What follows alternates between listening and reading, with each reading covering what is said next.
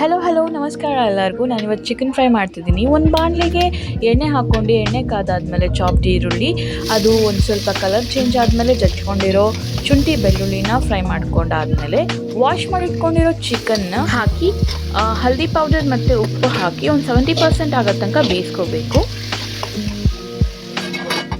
So chicken ಬೆಂದಾದ್ಮೇಲೆ cut ಮಾಡಿ ಇಟ್ಕೊಂಡಿರೋ ಅಂಥ tomato ಅದನ್ನು ಸಾಫ್ಟ್ ಆಗೋ ತನಕ ಬೇಯಿಸ್ಕೋಬೇಕು. ಸೊ ಒನ್ಸ್ ಟೊಮೆಟೊಸ್ ಎಲ್ಲ ಸಾಫ್ಟ್ ಆದಮೇಲೆ ಚಿಲ್ಲಿ ಪೌಡರ್, ಚಿಕನ್ ಮಸಾಲ ಮತ್ತು ಕರಿ ಲೀವ್ಸ್ ಹಾಕ್ಕೊಂಡು ಬಾಡಿಸ್ಕೋಬೇಕು. ಹಾಕಿರೋ ಮಸಾಲ ಬೇಯೋಕ್ಕೆ ಒಂದು ಸ್ವಲ್ಪ ನೀರು ಹಾಕ್ಕೊಂಡು 2 ಮಿನಿಟ್ಸ್ ಕುದಿಸ್ಕೊಂಡ್ರೆ ಆಯಿತು. ನಿಮ್ಮ chicken fry is ready. Garnish it with coriander and ready to serve.